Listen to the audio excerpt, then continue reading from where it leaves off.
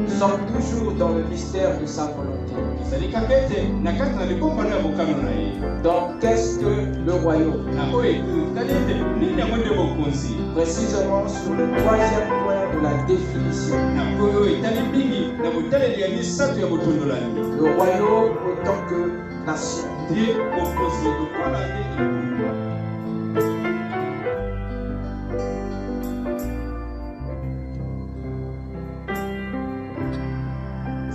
Que le Seigneur vous bénisse. Je vous salue tous dans le nom du Seigneur Jésus-Christ.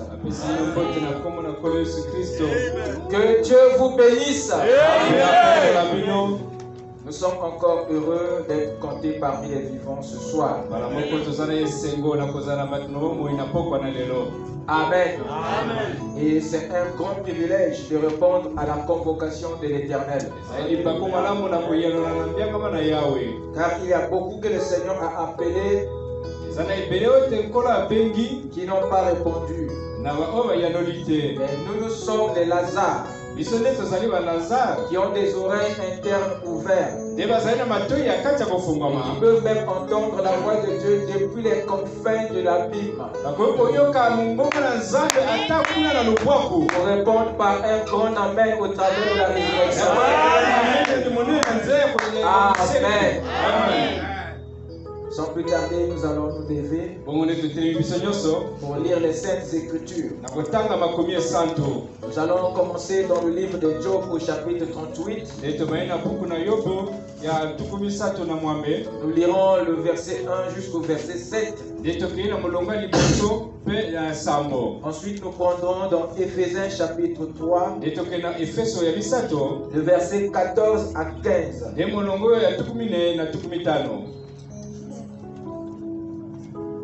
Job 38.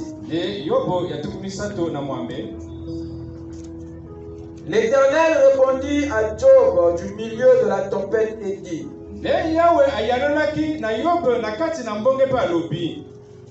Qui est celui qui obscurcit mes desseins par des discours sans intelligence? Saint terrain comme un vaillant homme. Saint terrain comme un vaillant homme. Attache des saint terrain. Je t'interrogerai et tu m'instruiras. Où étais-tu quand je fondais la terre? Dis-le. Si tu as de l'intelligence, qui en a fixé les dimensions, le sais-tu? Ou qui a étendu sur elle le cordeau? Sur quoi ces bases sont-elles appuyées? Ou qui en a posé la pierre angulaire? Alors que les étoiles du matin éclataient en chant d'allégresse,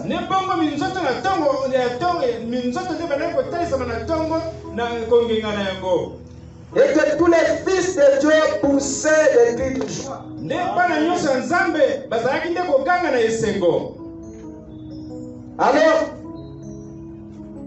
Alors que les étoiles du matin éclataient en chant d'allégresse,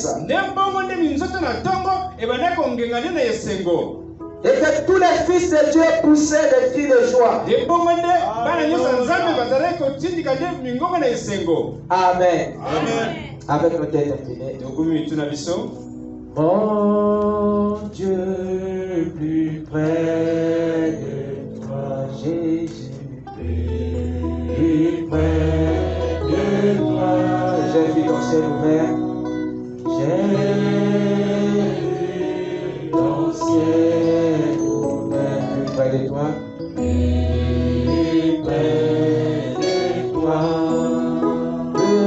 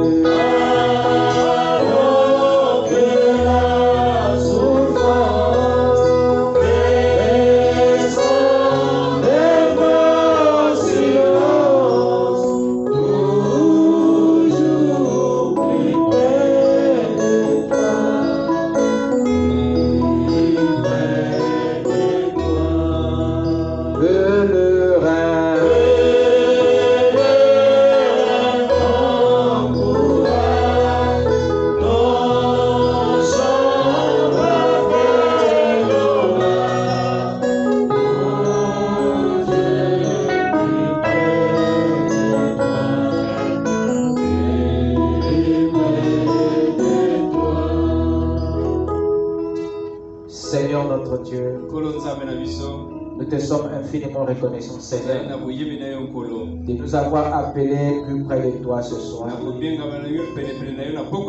Et nous croyons que tu vas nous garder, Seigneur, jusqu'à jamais. Tu ne nous laisseras plus jamais quitter ta présence, Seigneur. Car c'est là où, Seigneur, nous nous sentons bien. Dans ta présence, Seigneur, il y a tout ce dont nous avons besoin. Dans ta présence, Seigneur, il y a la consolation. C'est dans ta présence, Père, où nous sommes guéris. C'est dans ta présence où nous sommes sauvés, Père. C'est dans ta présence où tu répands ton esprit au-dedans de nous.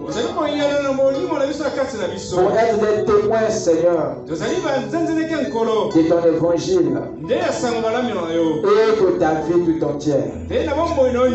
Merci à toi, Seigneur, de nous avoir aimés avant la fondation du monde, d'avoir versé le sang pour nous, le sang de l'alliance nouvelle, qui nous lave de tous nos péchés, qui nous purifie de toutes nos iniquités. Oh Dieu, ton nom est le Seigneur Jésus-Christ. C'est toi qui as appelé les prophètes, c'est toi qui as appelé les apôtres, c'est toi qui as appelé les messagers des âges, et c'est toi qui nous as appelés en ce temps de la fin à entrer dans cette grande dispensation du royaume pour être restaurés dans notre autorité et dans notre domaine. Seigneur, nous te levons, nous te bénissons, Père, et nous te remercions. Les choses que les pères ont voulu entendre, tu as permis que ce soit nos oreilles à nous, Seigneur, qui vont devoir les écouter, afin que, Seigneur, tes desseins s'accomplissent. Ce soir, Seigneur, nous sommes disposés à t'écouter. Une seule parole venant de toi, Seigneur, suffit pour ôter nos soucis, suffit pour ôter nos inquiétudes, suffit pour installer la foi parfaite en nous, suffit pour nous donner la victoire sur le monde et le péché. C'est pourquoi nous te demandons, Père, de nous parler du haut des cieux et de dire tout ce qui n'est pas de toi de notre vie, afin que nous soyons sanctifiés par ta parole, purifiés par ton esprit et rendus parfaits par ta venue, Seigneur. Laisse, oh Dieu, ta présence soit dans cette pièce, sondant chaque cœur pour répondre au-delà de nos attentes. Qu'il y ait la résurrection au-dedans de chaque membre, Seigneur, et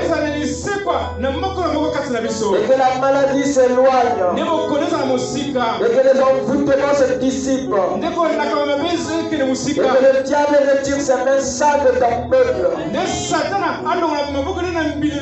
et que seul le Saint-Esprit prenne le contrôle. Comme tu l'as fait hier, tu le feras aujourd'hui, tu le feras aussi demain. Dans le nom de Jésus-Christ, nous t'avons ainsi prié. Amen.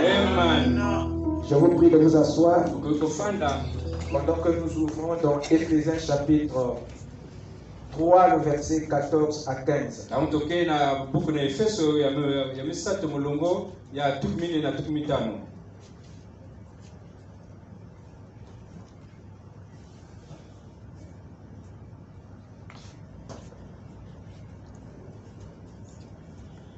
Éphésiens 3, 14, 15.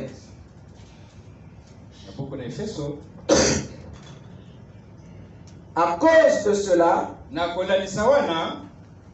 je fléchis les genoux devant le Père,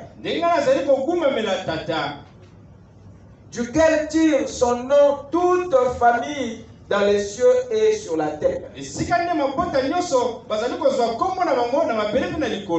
À cause de cela, je fléchis les genoux devant le Père, duquel tire son nom toute famille dans les cieux et sur la terre. Que le Seigneur ajoute ses bénédictions à la lecture de sa parole. Amen. Amen. Amen. Amen. Ce soir, nous allons poser une pierre de plus sur cet édifice que nous sommes en train de bâtir.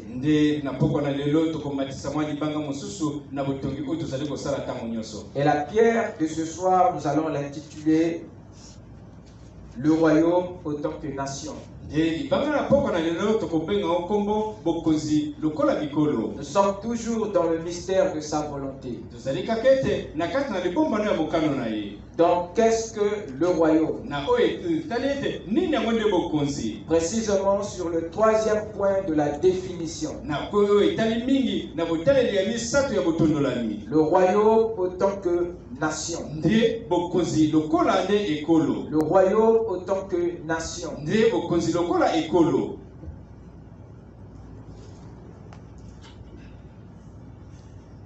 Amen. Amen. Je voudrais ce soir faire une petite introduction pour ensuite développer le dimanche. J'aimerais que vous me suivez attentivement afin que vous ne me compreniez pas de travers. Je vais ouvrir mon étude par le livre de Jean chapitre 1, le verset 1 à 4.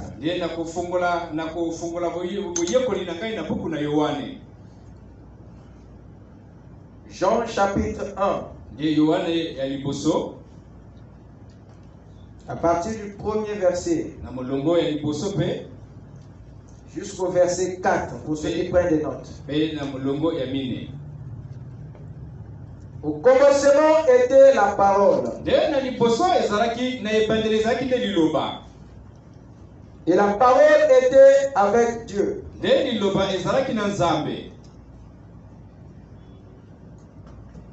Et la parole était Dieu. Elle était au commencement avec Dieu. Elle était au commencement avec Dieu. Toutes choses ont été faites par elle. Et rien de ce qui a été fait n'a été fait sans elle. En elle était la vie. Et la vie était la lumière des hommes. Nous voyons ici l'apôtre Jean qui nous fait un résumé spirituel par la capacité que Dieu lui avait donnée et par son don spirituel. Le voilà qui remonte au commencement pour nous décrire la personne du début. Jean, cet apôtre, parle à une époque où il n'avait pas encore reçu l'appel prophétique. Étant apôtre, Son ascension avait des limites. Étant apôtre, il ne pouvait pas aller au-delà de son onction. Étant apôtre, il ne pouvait pas aller au-delà de ses épaules. En tant qu'apôtre, il ne pouvait pas monter au-delà de son appel. Il s'est arrêté à la mesure de son don. Et le voilà maintenant au commencement pour nous décrire l'être du commencement. C'est lui qui nous dit ici qu'au commencement était la parole. Alors si au commencement était la parole, alors qu'est-ce qui était avant le commencement? Mais avant le commencement, cet apôtre ne pouvait pas nous décrire ce qui s'y trouvait. Parce qu'il venait de voir là où Dieu lui avait permis de voir. Alors ça demande une autre capacité pour remonter avant le commencement. Alors le voici ici nous dit de ce qui était au commencement. Paul, Jean dit au commencement était la parole. Alors si au commencement était la parole, qu'y avait-il avant le commencement? Si au commencement était la parole, qu'y avait-il avant le commencement? Nous voyons que avant le commencement, il y avait la pensée. Il y avait la pensée éternelle. Et cette pensée éternelle était l'esprit éternel. Mais dans ce côté-ci du commencement, Jean ne pouvait pas entrer. Nous avons le commencement ici. Nous avons ici avant le commencement. C'est ici où Jean. Excusez-moi, j'ai tendance de confondre Jean à Paul. C'est ici au commencement que l'apôtre Jean nous parle. Il nous dit qu'au commencement était quoi? La parole. Et la parole était avec Dieu. Et la parole était Dieu. Il nous parle là des multiples changements de la parole. Mais il ne nous a jamais parlé de ce qui était avant la parole, avant le commencement. Et nous avons compris que ça demande une capacité pour remonter dans le temps jusqu'à avant le commencement. Ce n'est pas donné à n'importe qui. Ça nécessite un autre appel. Et comme cet apôtre n'était pas encore prophète, il était difficile pour nous d'aller au-delà de cet appel. Voilà pourquoi il nous parle du commencement et de ce qui était. Alors si au commencement était la parole, qu'était-il avant le commencement? Le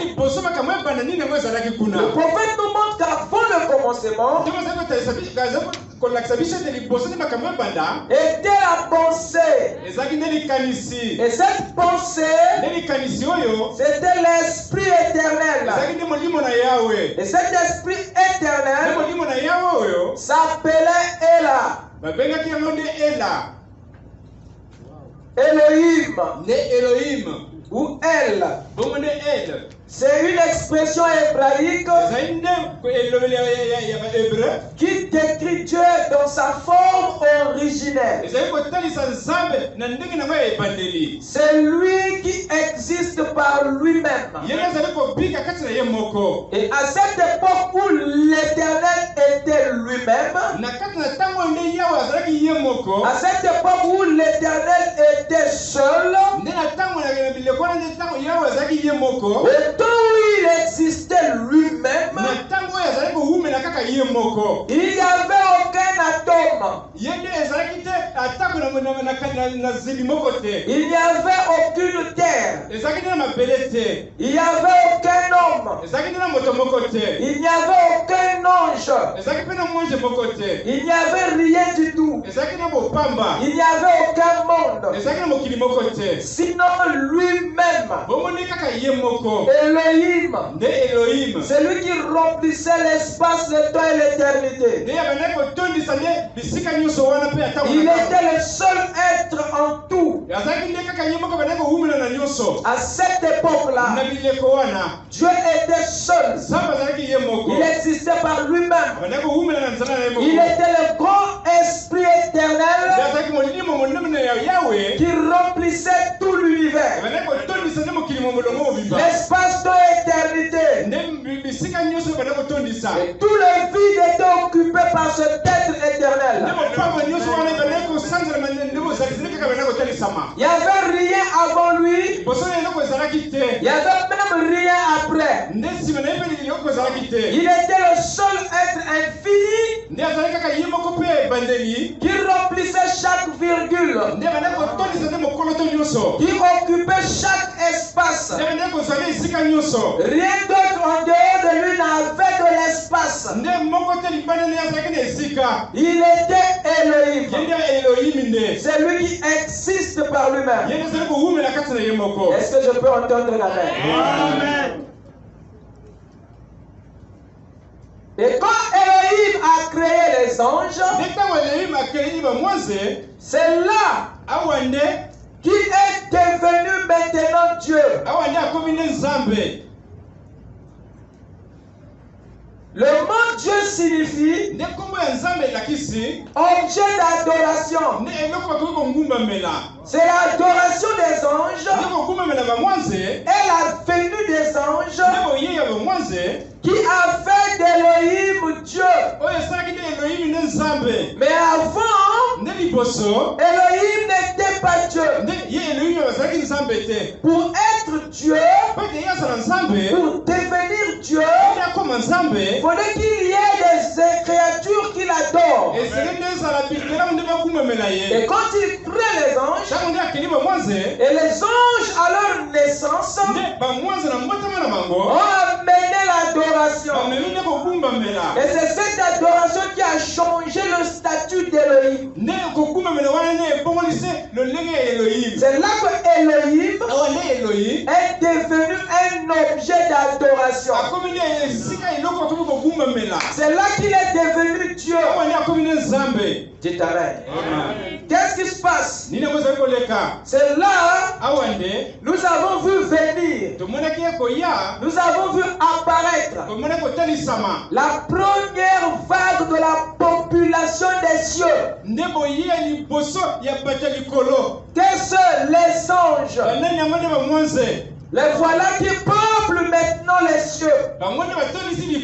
À la création, quand Elohim a créé, il est devenu Dieu à cause de la venue des anges. Et les anges, une fois apparus, ils ont occupé les cieux et les voilà maintenant remplir comme étant un peuple là dans les cieux.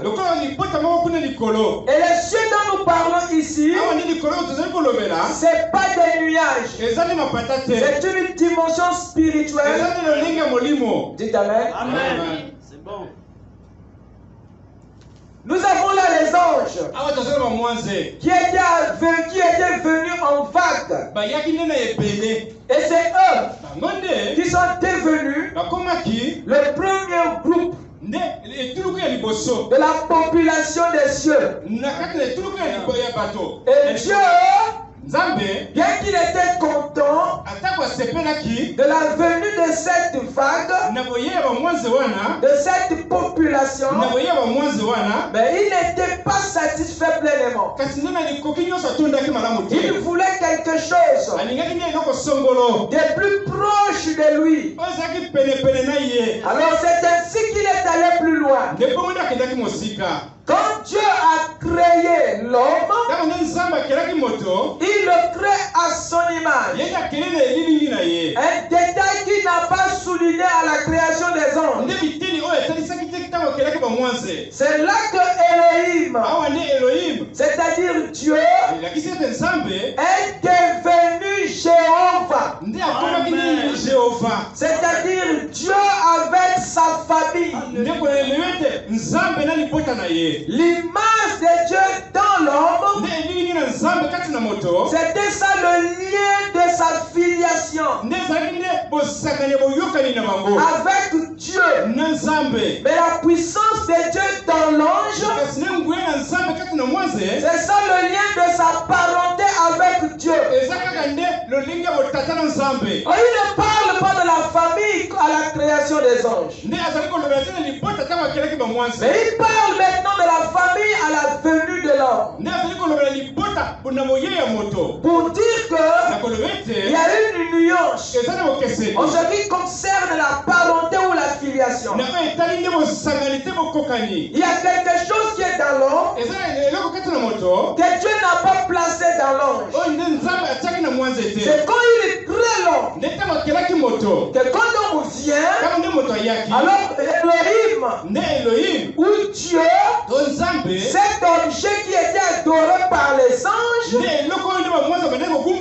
devient maintenant Jéhovah, qui signifie Dieu avec sa famille. Quelle est cette famille de Dieu? Ce n'est pas les anges, mais c'est l'homme. Qu'est-ce qui fait que l'homme soit considéré comme la famille? Cela ne rejette pas les anges. Cela donne plutôt aux anges une catégorie, une position dans cette grande population. Mais retenez ceci, que l'homme, à sa naissance, devient ici la deuxième vague de la population des cieux. Nous avons donc ici deux groupes. Nous avons les anges, nous avons les hommes. Ce sont ces deux groupes de la population qui forment la nation des cieux, qui forment le peuple des cieux. C'est eux qui constituent le royaume de Dieu dans les cieux. Je répète, les anges, en venant à l'existence, ils ont modifié le statut de Dieu. C'est comme un enfant qui vient au monde, il change automatiquement le statut de sa mère. C'est là à la naissance que la femme devient mère. Dites amen. Que l'homme devient père. C'est quand ce dernier donne naissance à quelque chose. Il est de même pour Elohim. Alors celui qui existait par lui-même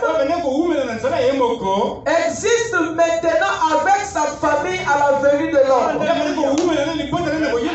Celui qui était autrefois seul est maintenant en compagnie de sa famille. Et cette famille qui lui est proche, ce n'est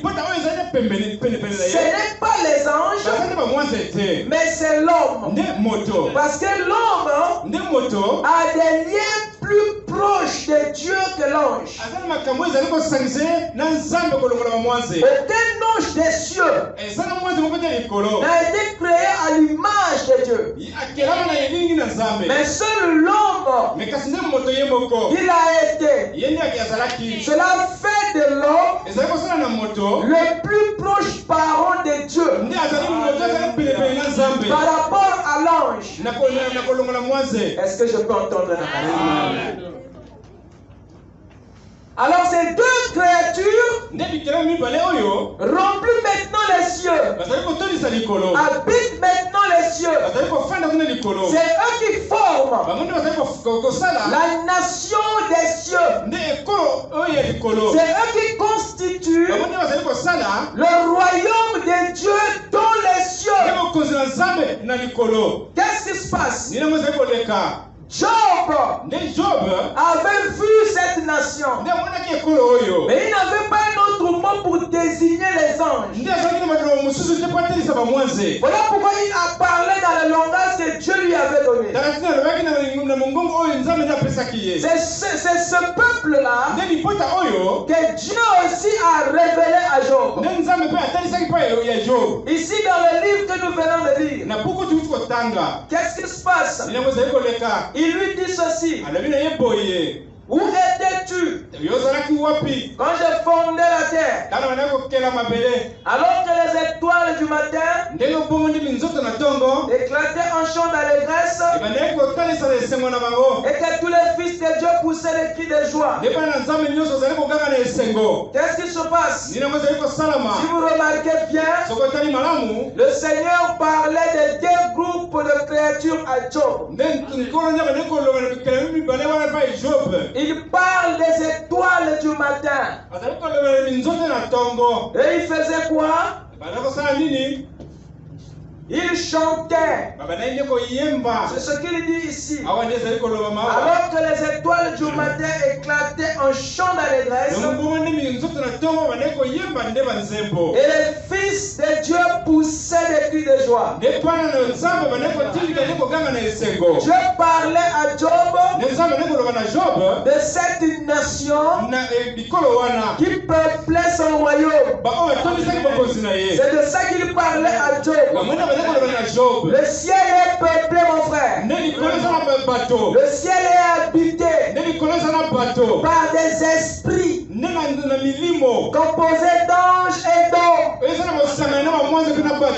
Même là-dedans, il y a aussi une langue que vous avez parlé par l'esprit. Ce royaume-là est vrai. Il a eu une culture. Ce royaume a une nation. Ce royaume a un peuple.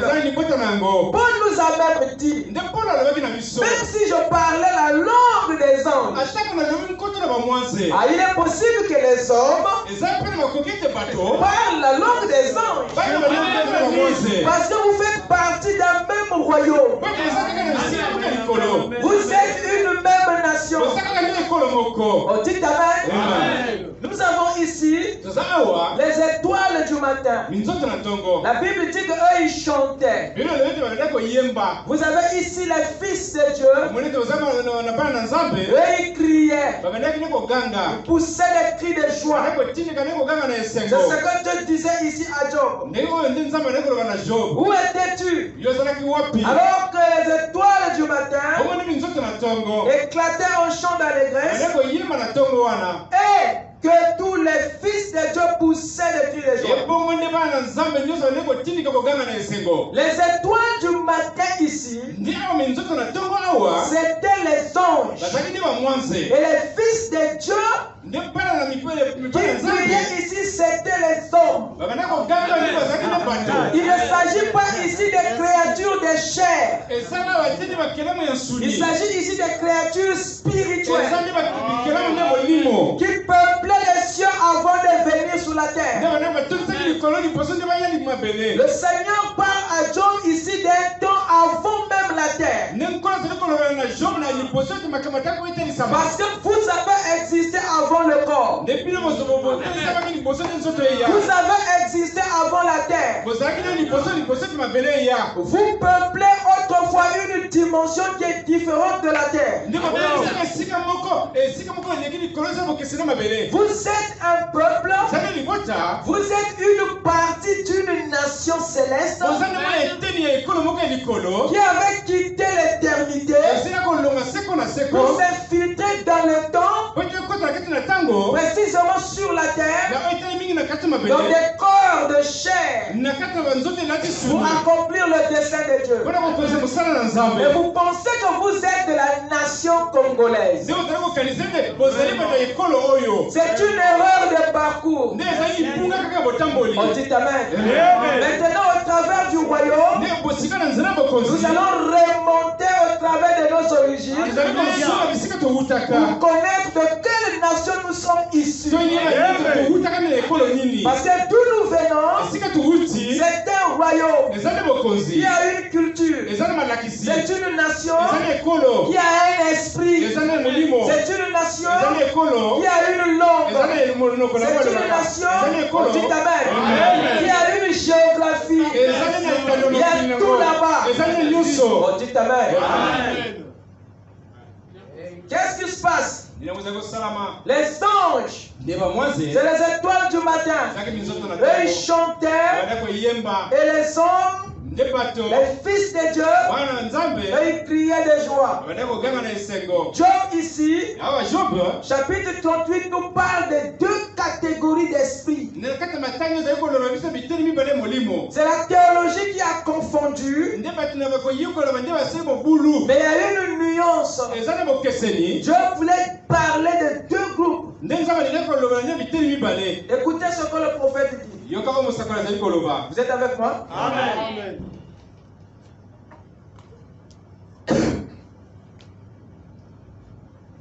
Les hommes ici constituent la famille de Dieu. Les étoiles ici constituent l'armée de Dieu.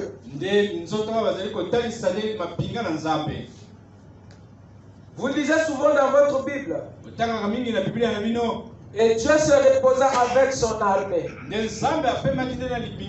Vous lisez souvent l'Éternel des armées, ou l'armée de l'Éternel. C'est les anges qui sont ces étoiles qui constituent l'armée de l'Éternel, ou l'armée des cieux. Et les hommes, c'est la classe des fils de Dieu, ou la famille de Dieu. Et c'est eux qui désignent la famille royale. Les anges ou les étoiles dans notre nation céleste, ils sont des serviteurs, les serviteurs du royaume, ou les serviteurs dans la nation. Et les fils de Dieu, ou les hommes, eux, sont des fils et des filles. C'est la famille royale de Dieu. Dites amen. Et Dieu, quand il a créé, il a commencé par les serviteurs et il a terminé par sa famille. Parce qu'il voulait, à la naissance de l'enfant, que les serviteurs soient présents. Est-ce que je parle à quelqu'un? C'est très bon. Parce qu'une naissance royale doit être accueillie. Voilà pourquoi ce n'est pas le fait que les anges sont nés en premier qu'ils ont le droit de naître. Non, monsieur. Votre droit de naître, Dieu l'avait caché dans l'image. Comme les... Dites amen. Amen. Voilà pourquoi vous ne devez pas adorer les anges. Vous ne devez pas adorer les anges. C'est à eux de vous adorer. C'est la logique dans le royaume. Dieu est scandalisé lorsqu'il voit les fils adorer Michael, adorer Gabriel. C'est une tragédie de voir les fils adorer les serviteurs. Comme le fils prodigue, le péché l'avait tellement rempli jusqu'à tordre sa conscience de fils. Et quand il est reparti dans le palais, il a voulu prendre la place d'un serviteur. Et le père ne lui a même pas donné une occasion. Parce que c'est un blasphème dans le royaume pour un fils de passer pour un serviteur. Le père ne l'a même pas permis. Parce que le fils était victime d'un système parce qu'il était tombé trop bas. Alors il avait perdu sa position de fils. Et beaucoup sont de cette condition. La religion nous a tellement trop travaillé. Et vous a fait croire que vous êtes des serviteurs. Voilà pourquoi vous voyez les anges comme étant des êtres qui sont au-dessus de vous. Alors vous êtes plus qu'un ange. Parce qu'un serviteur ne peut pas être au-dessus d'un fils dans le palais. Et c'est cette conscience des fils que le royaume vient restaurer en nous. Le sacerdoce du fils est différent de celui du serviteur. Dieu ne veut pas que vous le servez à la manière des serviteurs. Il veut que vous le serviez à la manière des fils. Mais la religion vous amène à servir Dieu à la manière des serviteurs. Voilà pourquoi Dieu rejette votre offrande. Parce qu'il n'est pas approprié à votre statut. Jusqu'à ce que vous soyez délivré de cette conscience de serviteur, que Dieu maintenant peut vous récupérer. Souvenez-vous, le placement ou l'adoption, c'est le retour du fils dans sa véritable position.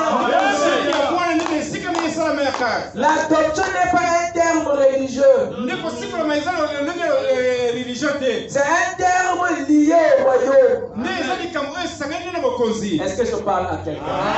Il faut que chacun soit placé dans sa position de fils, pas de serviteur. Parce que le Père attend que nous le servions autant que des fils et des filles. Voilà pourquoi il fait ce travail. Parce qu'il n'est pas facile de faire sortir la religion de vous. Tout le temps qu'on a fait dans la religion, c'est comme le peuple d'Israël en Égypte. Lorsqu'ils sont sortis, ils croyaient qu'ils avaient laissé la religion. Il y avait une partie de la religion en eux. C'est ça qui les faisait encore penser à l'Égypte dans le désert. Pourtant ils avaient quitté l'Égypte, mais la pensée de l'Égypte était encore en eux. Dans le désert, ils pensaient aux oignons, ils pensaient aux cuisses de poulet. À tel point qu'un matin, ils voulaient maintenant faire les valises et repartir en Égypte.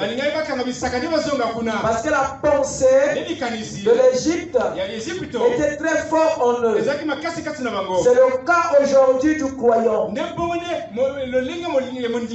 Alors, quitter la religion, c'est une chose. Ça, c'est une étape. Ça, c'est ce que nous avons fait. Quitter la religion. Il faut maintenant que la religion nous quitte. Et ça demande le souverain sacrificateur Christ lui-même pour traiter avec la troisième partie de notre être.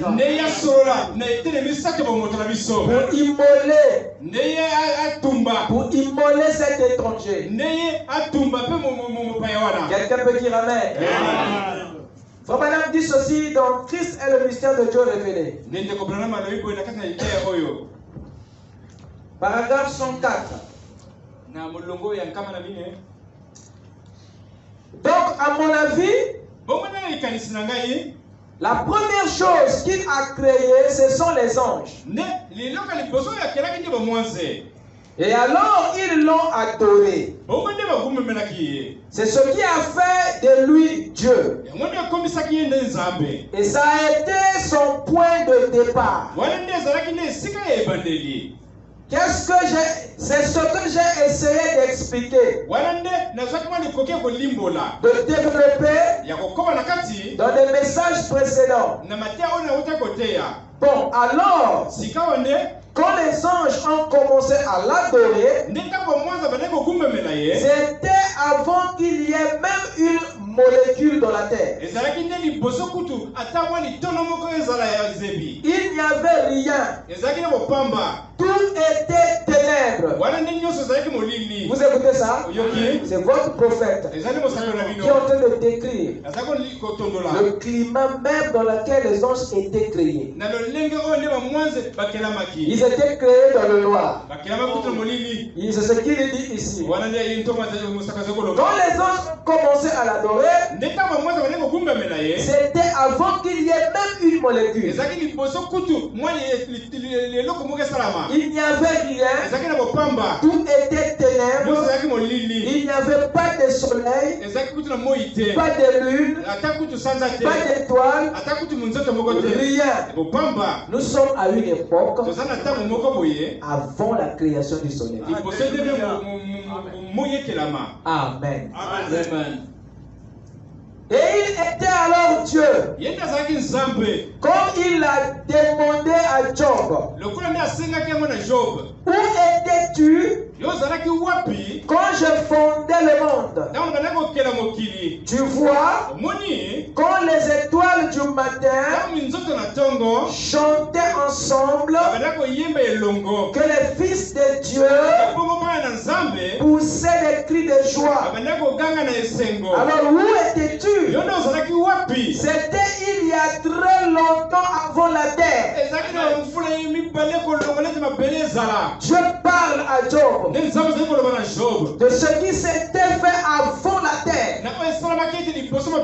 Mais ce que Job ne sait pas, et ce que Dieu ne lui dit pas, c'est que Job était là-bas. Dites Amen. Il lui pose cette question parce qu'il sait que Job ne pourra pas se voir et se mirer à cette époque. Mais c'était pour secouer son homme intérieur. Ce que Job ne savait pas, c'est qu'il était là-bas, au milieu des fils de Dieu, chantant les louanges, à côté des étoiles, les anges de Dieu. Amen. Dans la sémence du serpent, paragraphe 82, il dit ceci.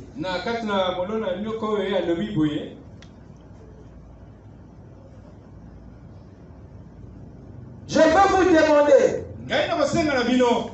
de qui est-il question dans Job 38? Quand il dit, où étais-tu quand j'ai fondé la terre? Frère Madame dit, je veux vous demander. Il demande à l'église, de qui est-il question dans Job 38 ici? Quand il dit, où étais-tu quand j'ai fondé la terre? Quand les étoiles du matin chantaient ensemble et que les fils de Dieu poussaient des cris de joie. Qui étaient ces fils de Dieu qui poussaient des cris de joie? Remarquez une chose. Il y a deux choses. Les étoiles du matin et les fils de Dieu. Et Frère Branham laisse les étoiles du matin. Il prend les fils de Dieu et il demande qui étaient ces fils de Dieu. Est-ce que vous suivez? Il dit qui étaient ces fils de Dieu qui poussaient des cris de joie. Jésus leur a dit, je me réjouissais avec vous avant la fondation du monde. Nous ne sommes pas des créatures du temps. Nous sommes des créatures de l'éternité. Frère, on prend les fils de Dieu et il les met en rapport avec nous. Pour nous dire que nous ne sommes pas les créatures du temps, mais nous sommes les créatures de l'éternité. C'est un langage pour vous dire que vous avez existé avant ici. Votre vie n'a pas commencé sur la terre. Lorsque vous êtes né à Blanche-Gomez, vous avez préexisté ce corps. Oh, je parle.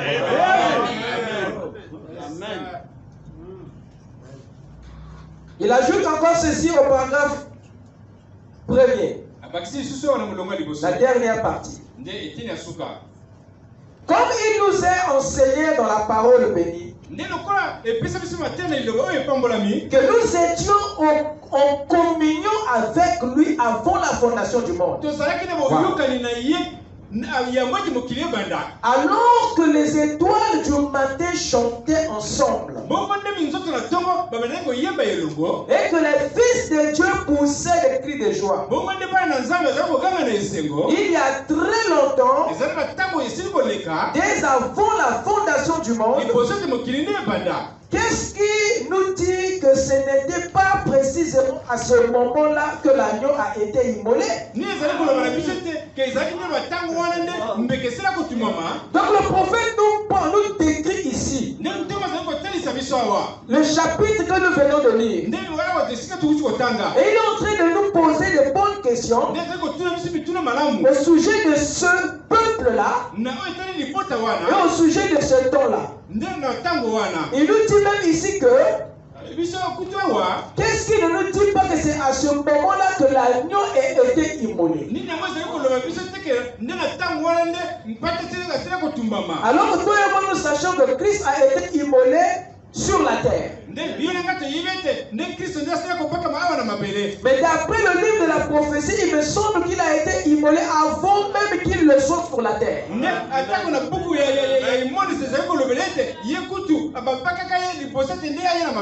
Dans quelle vie il a été immolé? Dans quel monde? Pendant que nous on l'attend ici, lui s'est déjà fait immoler là-bas. On dit amen. Ce qui s'est passé sur la terre n'était qu'une mise à jour. Il y a une vie avant ici. Et c'est ce qu'il faut saisir pour être au-dessus du diable sur la terre. Et c'est de ça que nous parlons pour que vous preniez votre place centrale ici sur la terre. La victoire de l'épouse réside dans la vérité de qui vous êtes et de d'où vous venez. On dit amen. Que Dieu bénisse Frère Branham.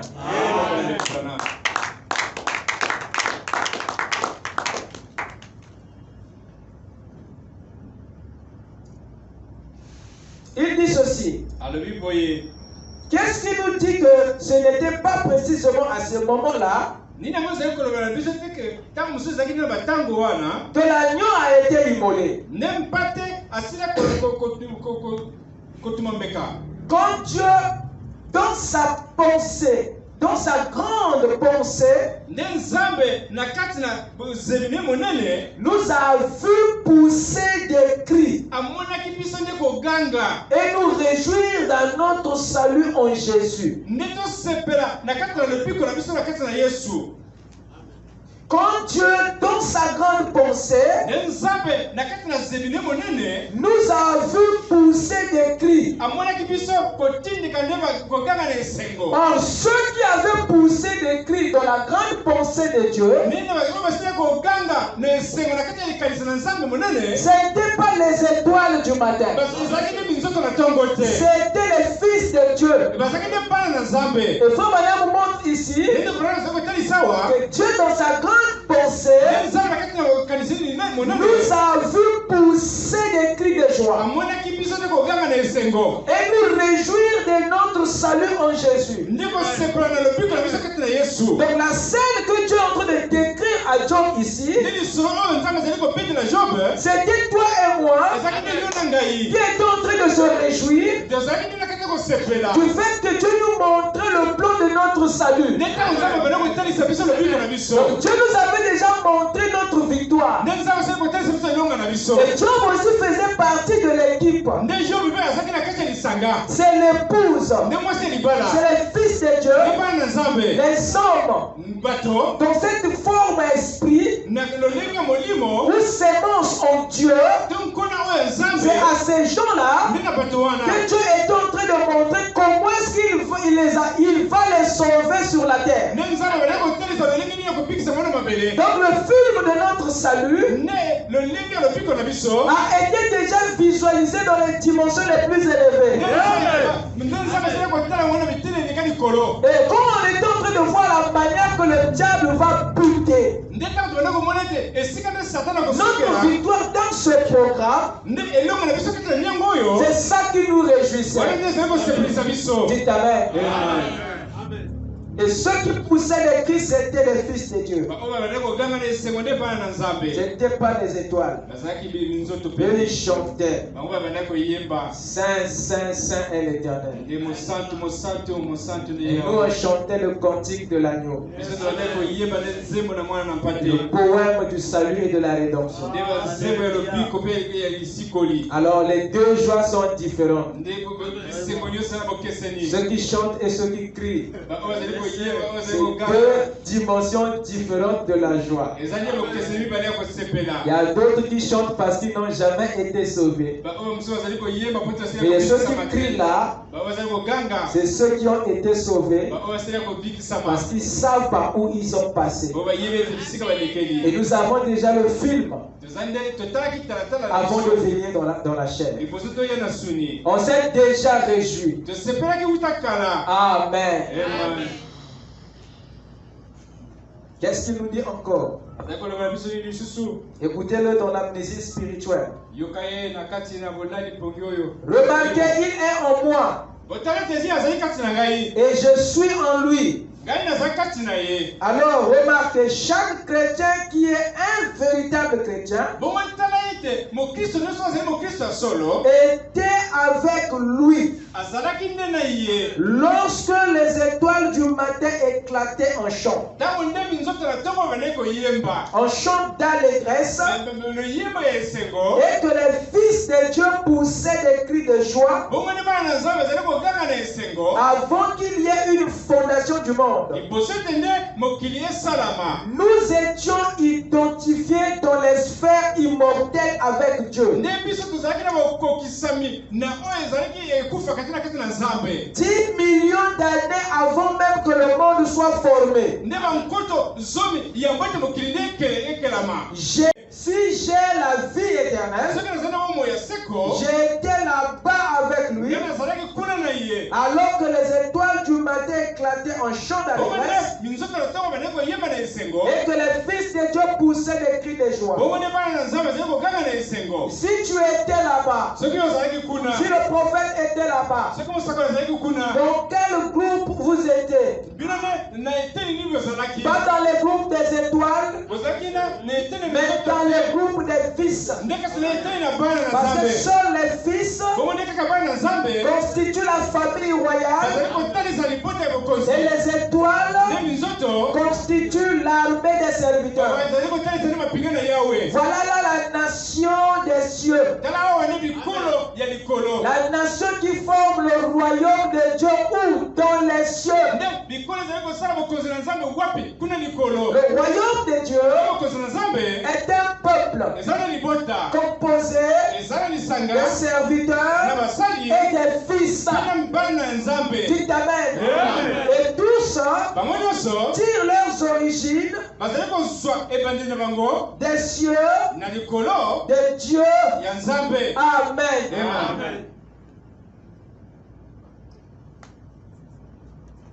C'est très important. C'est très capital, mon frère.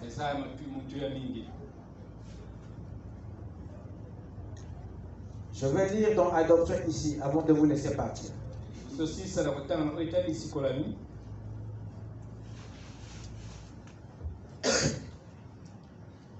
C'est une pierre de plus.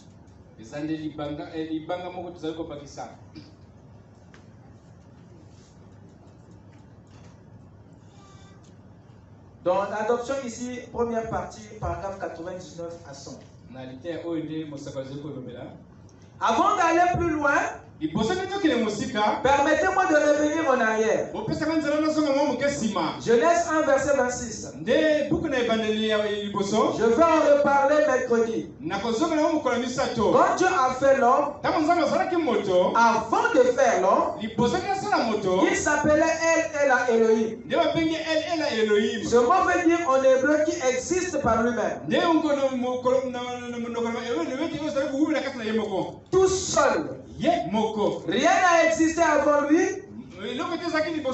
Il était toute l'existence qu'il n'y ait jamais eu. C'est lui qui existe par lui-même.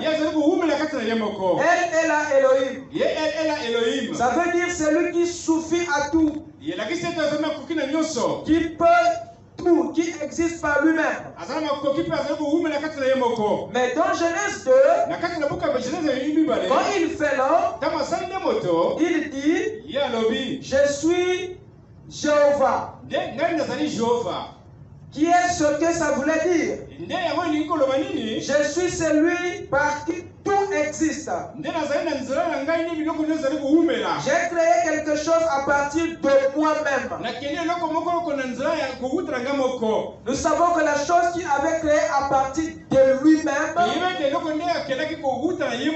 c'était pas l'homme de la poussière, mais c'était l'homme esprit. J'ai créé quelque chose à partir de moi-même pour en faire mon fils ou un de mes petits, temporairement de façon amateur. Pourquoi?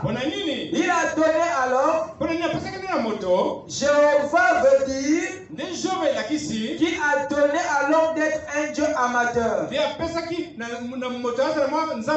En effet, il est Dieu, le Père.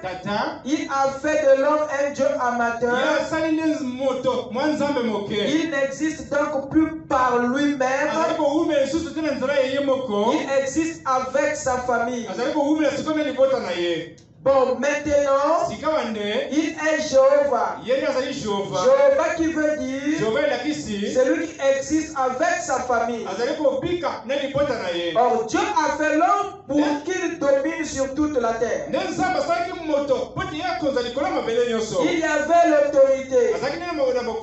La terre, c'était l'empire de l'homme. C'est ce que dit l'Écriture.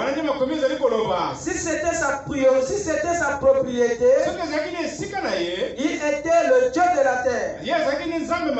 Il pouvait prononcer quelque chose et ça arrivait. Il pouvait prononcer ceci et ça arrivait. Le voilà. Dieu Jéhovah. C'est lui qui une fois existait par lui-même. Voilà qui maintenant existe avec sa famille. Ses enfants avec lui. Et là c'est l'homme qui entre dans le cadre de cette famille. Pas l'ange, pas les étoiles, mais les fils de Dieu. Quelqu'un peut dire Amen? Amen. Dans Éphésiens 3, 14. Nous avons ici Paul qui s'exprime. Parce qu'il y a une question maintenant qui nous vient à l'esprit. Si les étoiles du matin et les fils de Dieu constituent la nation des cieux, le peuple qui habite les cieux ou qui forme le royaume de Dieu dans les cieux, alors d'où vient alors les hommes se retrouvent sur la terre? D'où vient alors que les fils de Dieu se retrouvent sur la terre? S'ils sont ce peuple qui habite les cieux, alors que vient-il faire sur la terre? Ne devrait-il pas rester au ciel comme les anges, puisqu'ils font partie de la population des cieux? Alors que font-ils alors sur la terre? Amen. C'est ça le grand mystère. Paul ici dans Ephésiens 3 il dit ceci. À cause de cela, je fléchis les genoux devant le Père. Or le Père c'est Abba.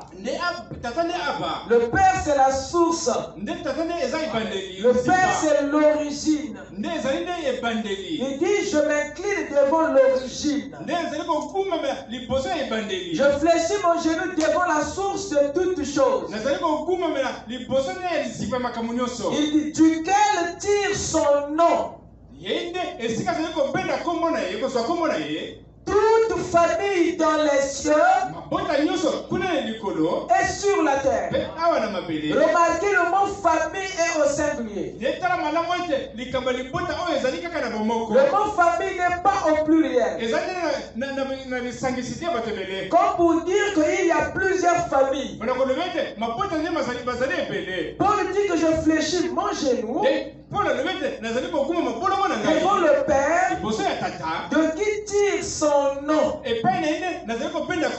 Toute famille ou dans les cieux et sur la terre. Qu'est-ce qui se passe? Il y a un problème là. Qu'est-ce qui se passe? Or le mot famille, c'est le même mot qui en hébreu désigne une maison, qui désigne aussi nation. En réalité, Paul parlait là d'une nation. On dit amen. Qui tire son origine. Une nation qui vient, qui tire ses racines ou ses sources. De qui? De Dieu. Mais cette famille, cette nation a une partie au ciel et une partie sur la terre. Qu'est-ce qui s'est passé? C'est comme dans Matthieu 21. Un homme avec deux fils. Et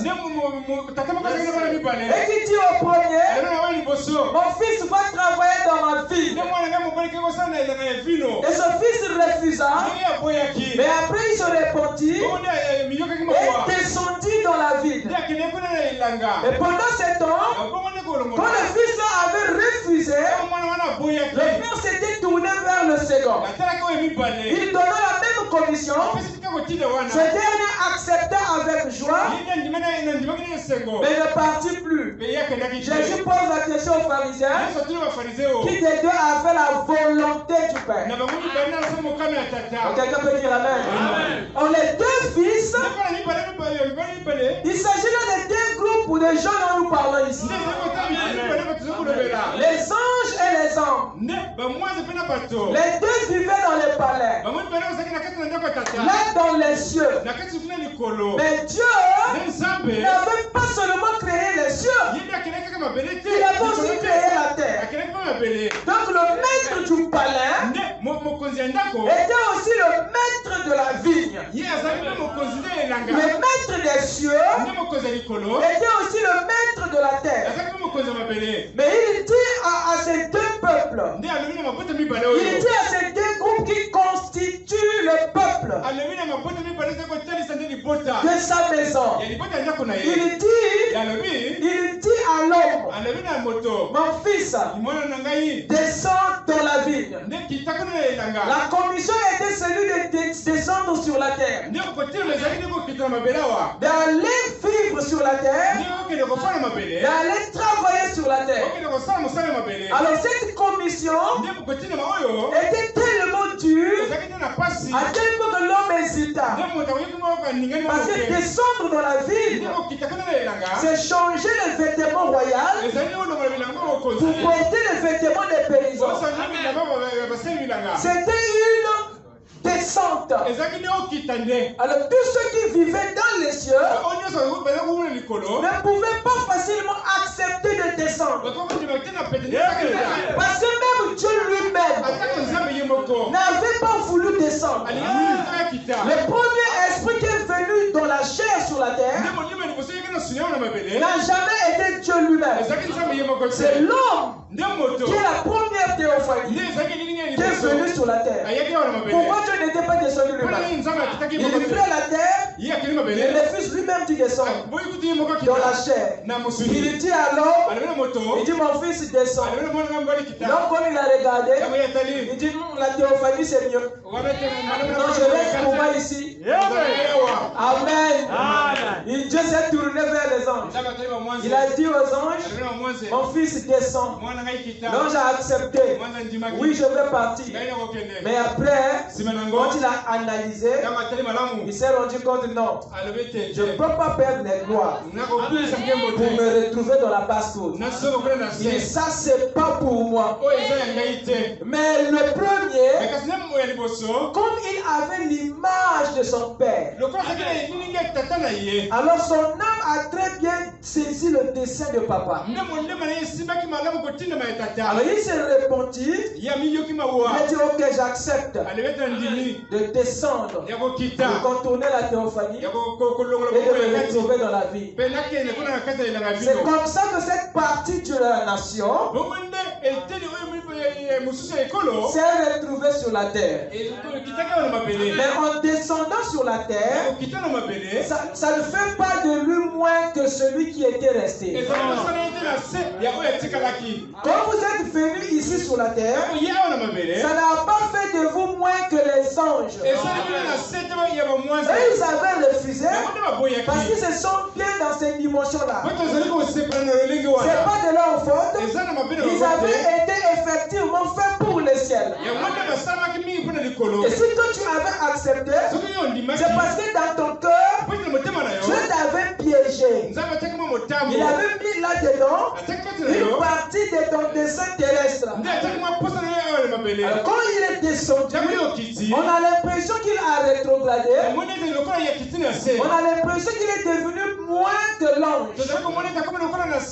Et c'est cette descente-là qui nous fait regarder comme étant plus bas que les anges. Alors que c'est pas vrai. Ça ne fait que confirmer notre droit d'aise devant les anges. Vous pouvez avec moi Psaume 82. Psaume 8, pardon. Psaume 8. Il y a quelque chose de très important là. Alors, qu'est-ce qui s'est passé? Lorsque l'homme a accepté de descendre, c'est là que Dieu l'a accompagné. Nous sommes maintenant dans Genèse 2, verset 7. Et l'Éternel Dieu souffla dans ses narines. La théophanie ou l'esprit est venu maintenant dans un corps de chair pour accomplir le travail que Dieu lui avait donné dans les cieux, de l'accomplir sur la terre. Dieu avait besoin de quelque chose sur la terre. Il voulait qu'une partie de la nation le représente sur la terre. Voilà pourquoi il a délégué l'homme. Cette partie de la nation pour travailler et le représenter sur la terre. Cela ne fait pas de l'homme une créature de la terre. Cela fait toujours de lui une créature des cieux mais qui travaille sur la terre. Le royaume de Dieu a des habitants qui vivent au ciel et sur la terre. Vous êtes cette partie du royaume qui travaille sur la terre. Nous sommes cette partie de la nation qui évolue sur la terre. C'est pas parce que vous êtes ici que vous êtes de cette nation. Votre être intérieur n'a rien à voir avec cette nation. Vous êtes la nation du royaume venue sur la terre en mission. Quelqu'un peut dire Amen? Je termine par ce psaume, s'il vous plaît. Psaume 8.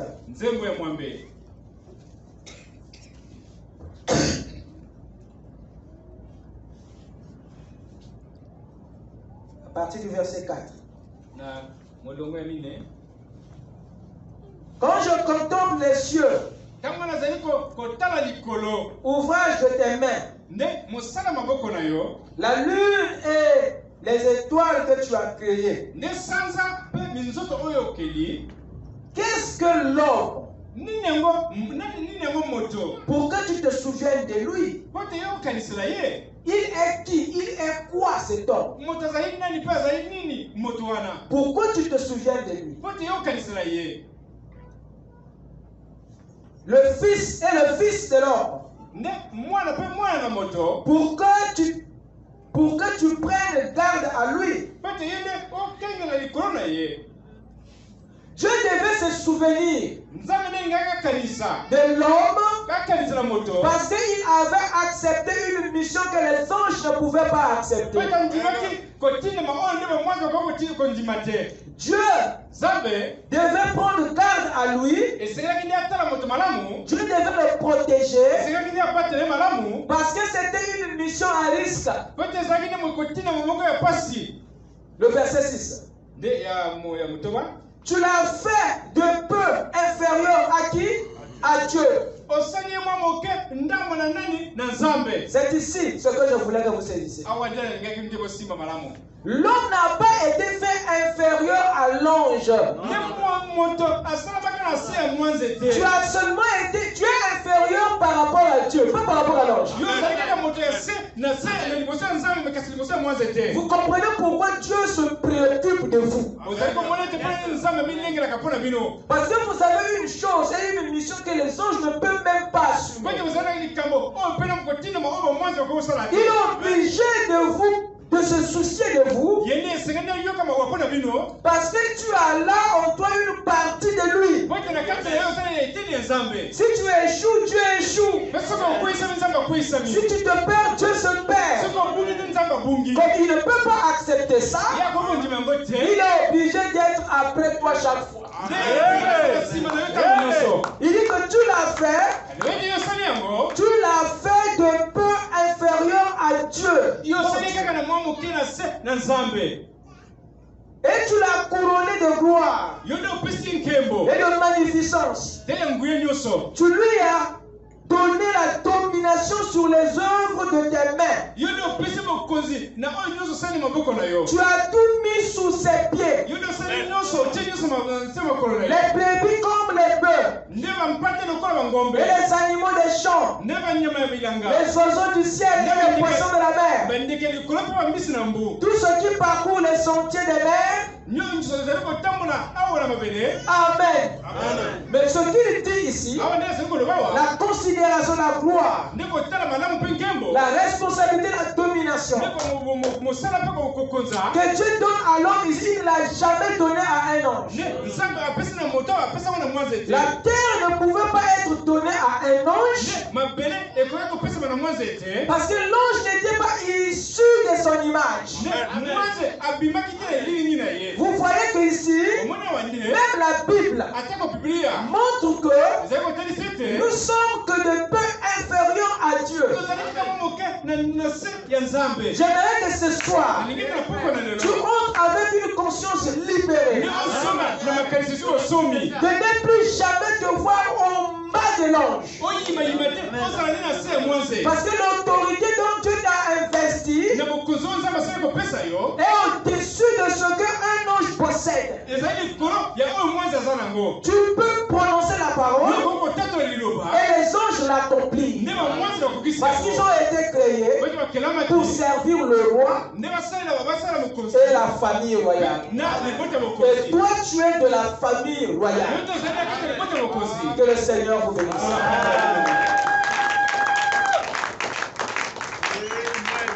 Voilà les deux groupes de la nation du royaume. Les anges et les hommes. Les serviteurs et la famille. Mais les serviteurs sont au service de la famille. C'était ça le dessein de Dieu sur la terre. Que chacun de nous est censé saisir pour ne pas tomber dans l'idolâtrie. Ceux qui adorent les anges, ceux qui se livrent au culte des anges, sont ceux qui ne connaissent pas leur origine. Ils ne connaissent pas le royaume des cieux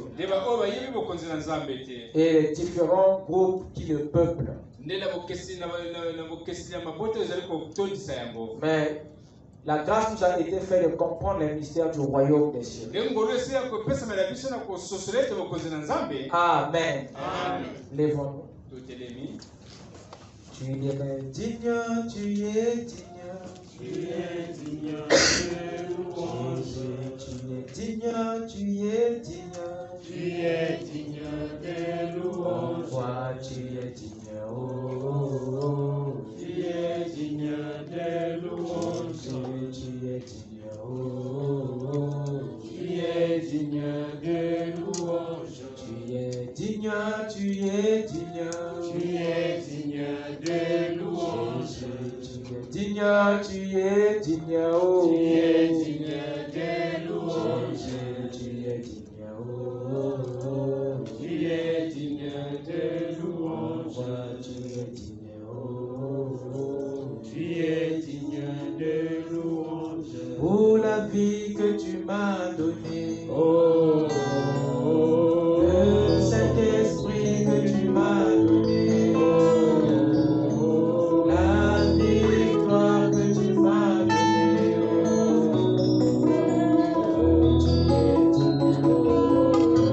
Tu es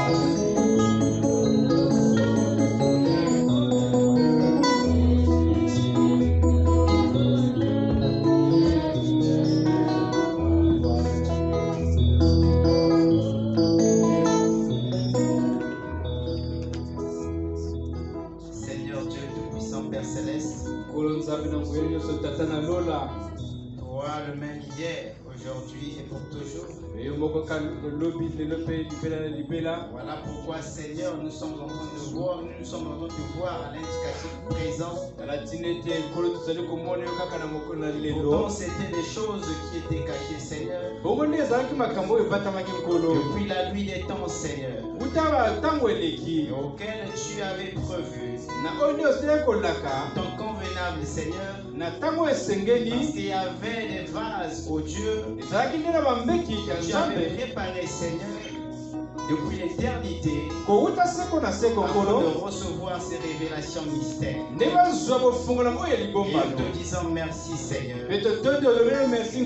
pour cette notion au Dieu du royaume Père. D'après nos conceptions Seigneur, je disais que nous étions tirés de la terre,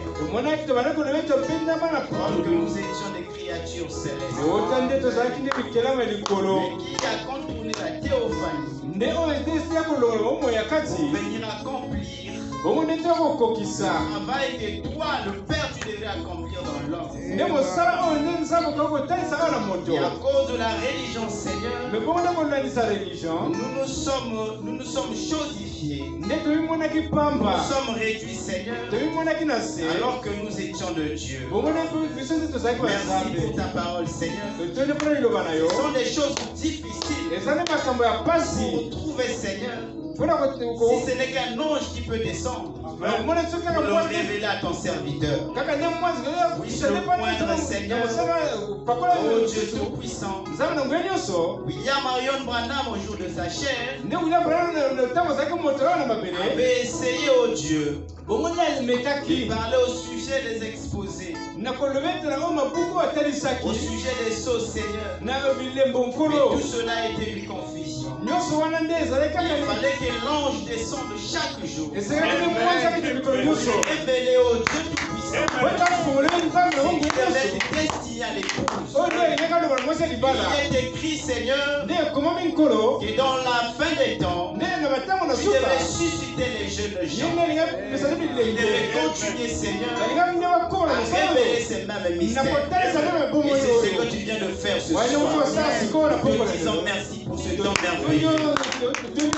Oui, Seigneur, nous protéger, oh Dieu, car nombreux sont en train de mourir, Père, sans connaître ces révélations. Et laisse que tu sois le seul protecteur pour sa vie, afin que toute force de l'ennemi et toute flèche qui sera orientée contre lui ne soit sans effet. Et ton épouse, Seigneur, qui sont au loin, nous également tirer profit de ces révélations pour la perfection de nos âmes. Merci pour ta parole, Seigneur. Il y a un lendemain, oh Dieu, ramène-nous encore dans ta maison, afin de puiser encore ce que tu avais réservé pour nous. Bénis chacun de nous, oh Dieu. Souviens-toi, Seigneur, de ceux qui ont des requêtes enfouies. Nous croyons que tu es la solution à tous les problèmes. Nous croyons que les malades sont guéris au nom de Jésus. Les affligés sont consolés. Et les rétrogrades sont ramenés dans ta maison. Pour le reste, que la gloire, la louange te soit. Dans le nom de Jésus-Christ, le nom qui ne faillit jamais. Le nom qui est au-dessus de tout le nom. Et ceux qui croient et disent Amen.